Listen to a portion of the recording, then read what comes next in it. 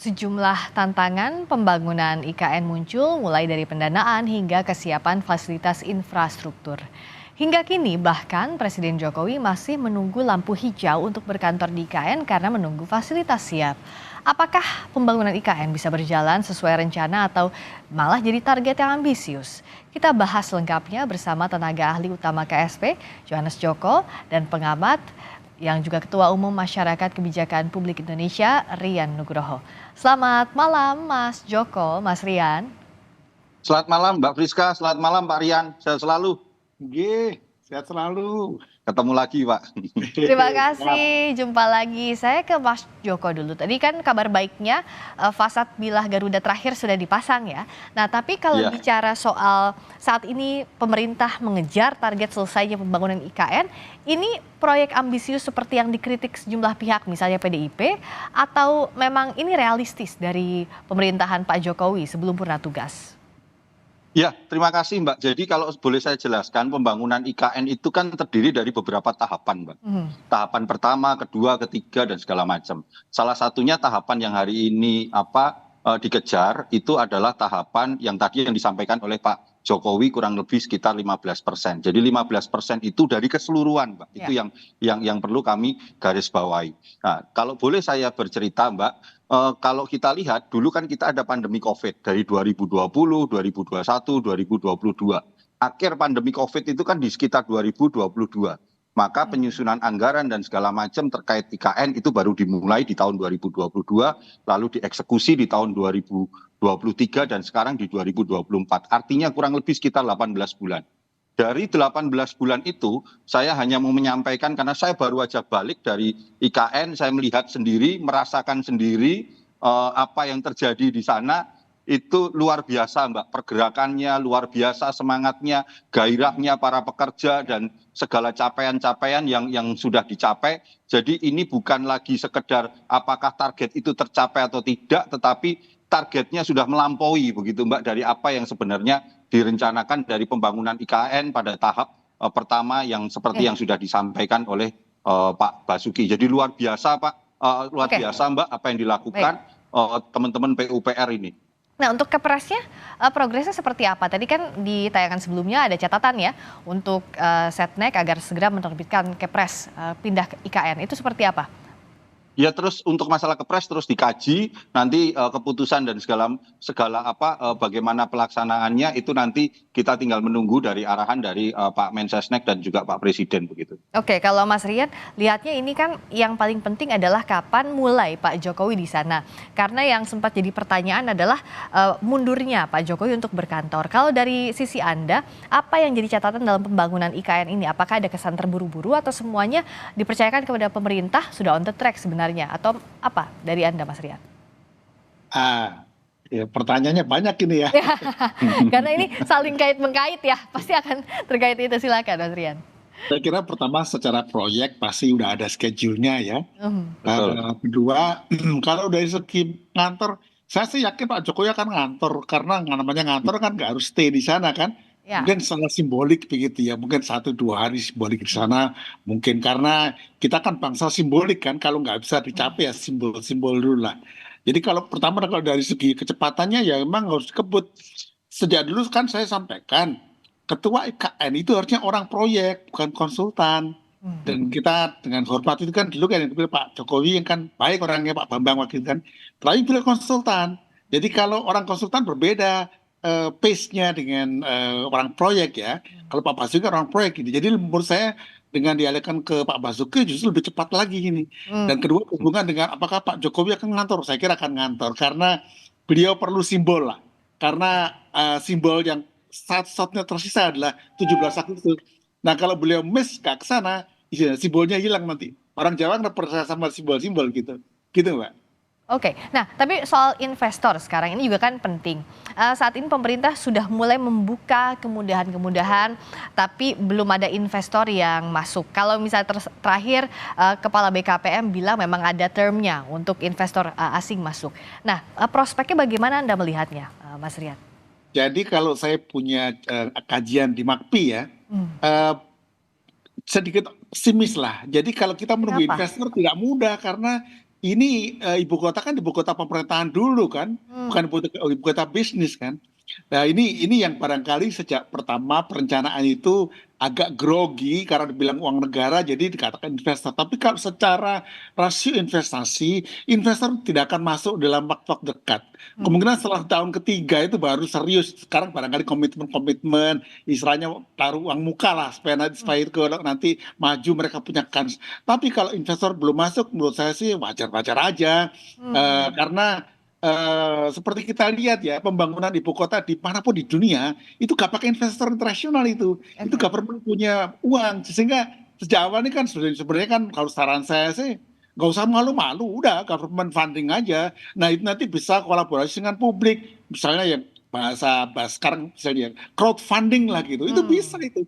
Cuman karena di pemerintah dengan normat ya tidak punya strategi marketingnya, strategi proyek, sehingga akhirnya pontang-panting. Oke. Saran saya, sudahlah ini memang untuk negara kan, ya nggak apa-apa, uang negara, tapi bisa nanti kolaborasi dengan publik. Nah baru mungkin next 2-3 tahun setelah mulai jalan, investor betul-betul masuk. Tetapi ditawarkannya sejak sekarang. Cuman kalau nggak masuk, jangan sakit perut dulu. Memang nggak apa-apa. Ini memang kayak gini logiknya gitu loh. Oke. Nah, Mas Joko gimana tadi ada sejumlah kendala investor masuk, bahkan tadi ya bisa jadi baru tahun ketiga, tapi menjamin agar tidak bleeding selama pembangunan IKN dengan belum masuknya investor, ini apa strategi pemerintah? Mbak, yang pertama memang tidak ada yang bleeding sampai hari ini, Mbak. Semua yang dilakukan itu masih sesuai dengan target, masih sesuai dengan strateginya dan perencanaan yang ada. Saya informasikan, Mbak, dulu anggaran tentang pembangunan IKN secara menyeluruh itu 100% itu kurang lebih 466 triliun. Itu anggarannya melalui ada 3 skema. Skema APBN, skema KPBU atau swasta, dan juga skema dengan BUMN. Nah, dalam kaitannya dengan skema yang dilakukan APBN, pemerintah sekarang ini membangun berbagai sarana-sarana yang menjadi pendukung IKN. Istana Presiden, kantor Kemenko, kemudian prasarana untuk hunian ASN, jalan, bandara, dan segala macam. Tetapi jangan lupa, Mbak, dalam kurun waktu saat bersamaan itu, di daerah area strategis itu, investor dalam negeri itu sudah mulai masuk. Saya kemarin melihat sendiri bagaimana pembangunan rumah sakit Hermina, melihat sendiri bagaimana pembangunan hotel Kubikel, hotel Nusantara, dan segala macam, yang totalnya anggarannya itu tidak kecil, itu sekitar 40 triliun. Artinya apa? Saya setuju seperti yang disampaikan oleh Pak Rian tadi. Proses pembangunan ibu kota negara ini bukan proses BIM salah BIM, langsung hanya dalam 1-2 tahun harus semuanya jadi. Ini ada tahapannya, dan dari tahapan itu ada konsekuensi-konsekuensi turunannya, akibat turunannya, yang itulah akhirnya mengundang investasi itu masuk. Tetapi segala sesuatunya itu sudah dihitung, sudah direncanakan, dan sekarang ini on the track. Oke, jadi sekarang dijaminkan on the track ya, Mas Joko. Salah satunya yang nanti juga akan kita tunggu, apakah 17 Agustus akan di sana, apakah akan berjalan dengan baik, ini yang kita harapkan. Termasuk apa betul juga, Mas Joko, nanti 30 Juli akan ada sidang kabinet di sana, di IKN, sebagai apa ya, starting point sebelum 17 Agustus? Apa yang disampaikan Pak Presiden itu belum ada perubahan, Mbak. Bahwa kami di kantor staf Presiden, kami seluruh timnya hari ini meyakini hal itu semua. Jadi kalau Mbak tanya apakah 17 Agustus yakin akan ada upacara, saya hanya bisa mengatakan yakin, seyakin-yakinnya. Gitu, Mbak. Kalau 30 Juli akan ada sidang kabinet di sana? Belum ada perubahan dari Pak Presiden untuk mengantor di bulan Juli. Beliau menunggu lampu hijau. Dari apa yang saya saksikan dengan mata kepala saya sendiri kemarin, saat ini lampu kuning menjelang hijau begitu. Jadi simbolnya adalah bahwa akhir Juli Pak Presiden akan berkantor di sana. Nah, perkembangan soal misalnya fasilitasnya, listrik, air, karena Mas Joko juga baru pulang dari IKN, ini seperti apa progresnya, Mas? Iya, progresnya jadi dari Inteks Paku itu kemarin Pak Menteri PUPR itu juga sudah melihat sendiri, itu akan dinaikkan ke reservoir, itu sudah berjalan dan sekarang sudah in proses. Kemudian listrik yang rencananya hari ini sudah 10, kalau nggak salah sekitar 10 megawatt melalui PLTS itu juga sudah ada semua begitu, Mbak. Jadi pada prinsipnya semua sudah on the track semua, hanya tinggal menunggu polesan-polesan kecil lah gitu untuk kita bisa nanti dengan bangga kita bangsa ini mengatakan ya ibu kota Nusantara itu mulai terwujud, mulai mewujud di Nusantara. Seminggu ini jelang akhir Juli yakin bisa dikejar ya, Mas Joko?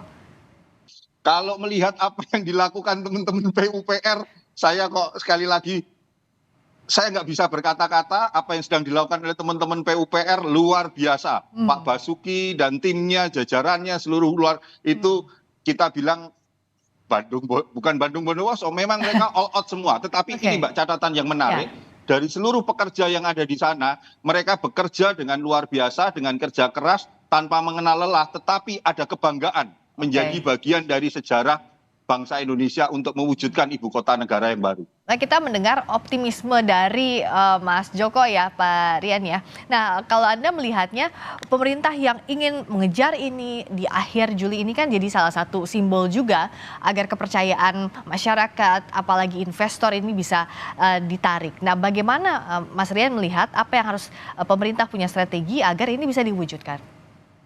Jadi strategi cuma satu, menjaga reputasi aja. Karena kan begini, kalau nggak all out ini dengan segala hormat, problem juga bagi Presiden Jokowi dan timnya itu ya. Jadi terus terang kalau disampaikan tadi Pak Joko tadi betul bahwa saya sih yakin 30 Juli pasti di sana, 17 di sana, karena pertimbangannya bukan masalah siap nggak siap saja, itu satu-satunya the last resort untuk menyelamatkan yang namanya reputasi pemerintah kita sekarang. Kenapa? Ya itu kan harus disimpan agar kedepannya itu ada nama baik gitu loh. Cuman saya katakan ini, saya juga pernah kirim surat kepada Bapak Presiden waktu itu lewat KSP juga itu. Jadi pembangunan IKN ini masih sebagai pembangunan IKN oleh pemerintah negara. Jadi tidak oleh rakyat gitu loh. Ini rasanya belum keluar ini. Jadi gini, ya bisa misalnya kan saya katakan dulu, dibuka sebuah pengumuman, setiap warga negara Indonesia boleh nyumbang untuk bangun IKN. Jangan 10 juta, 1000 juga boleh. Ini nggak pernah dilakukan. Jadi pemerintah jadi nampaknya arogan gitu loh. Karena arogan muncullah berita di Kompas TV ini ya seolah ambisius. Jadi repot gitu loh. Ini Pak Joko, ini sampaikan, saya calon presiden juga KSP nggak ada respon itu. Jadi harus rendah hati, mengajak, inklusi itu ngajak. Jadi yang namanya rakyat itu, ayo diajak gitu ya. Dengan kata-kata, oh APBN kan uang rakyat. Enggak pernah katakan itu uang pemerintah. Jadi sebagai simbol negara, jangan berhenti di sini. Jadi majulah terus kepada namanya semua diajak. Sumbangan berapa? Yang tukang sayur juga 1000 juga boleh. Tapi ada simbol bahwa ini ours gitu loh Pak. Kita punya gitu. Nah, mungkin nanti jadi salah satu strategi lah. Kalau enggak nanti dikritik sama Kompas TV lagi. Oh, ini ambisius nih lah gitu kira-kira. Nah, kalau ini kan menarik juga dari Mas Rian bilang bahwa ya sejauh ini kan memang yang jadi pertanyaan ruang fiskalnya terbatas. Tapi pemerintah bilang ini on the track. Nah, masukan tadi itu bisa nggak sih crowdfunding? Dan perlu atau tidak, Mas? Saya kasih hitung-hitungan ya. Kalau kita punya katakanlah 50 juta orang Indonesia. Satu orang kasih dia 1 juta saja. Itu numbers.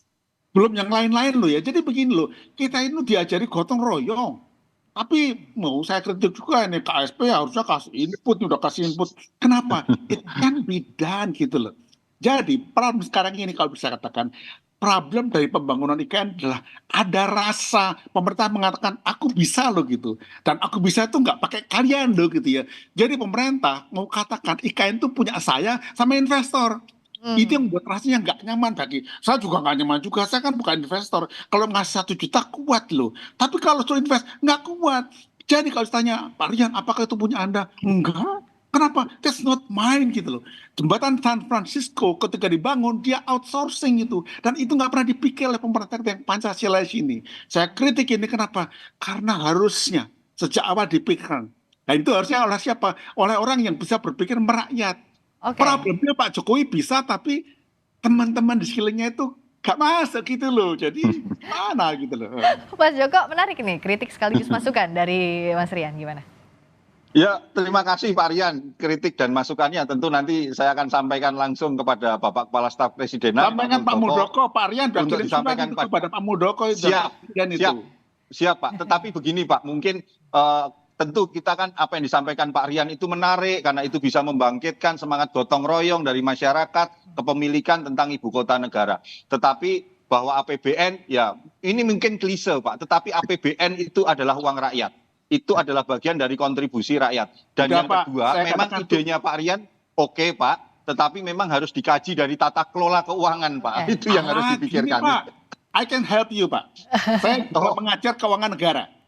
Siap, Jadi, Pak. Nanti kalau di dalam kita akan undang Pak keuangan Rian negara, untuk keuangan negara itu ada bicara yang di namanya KSP, Pak. itu ruang Oke. bagi bantuan apa namanya sumbangan, Pak. Ada itu di Pak, cek tuh di keuangan negara ada namanya ruang untuk donasi, Pak. Ada itu. Oke. Itu hebat, Siap, Pak. Pak. Ada Baik. itu.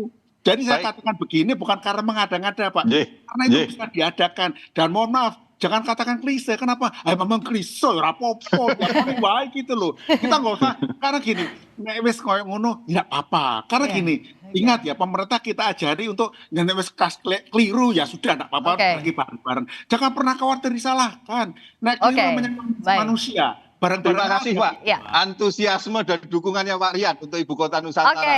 Nanti kita akan bicara, saya akan undang Pak Rian untuk kita ngobrol di KSP, Pak. Oke, terima kasih Mas Rian. Ya. Nanti Mas Joko akan Ye. ngobrol lebih banyak lagi setelah forum ini, termasuk juga semoga proyek ini bisa dikejar waktunya Mas Joko dan lancar semuanya.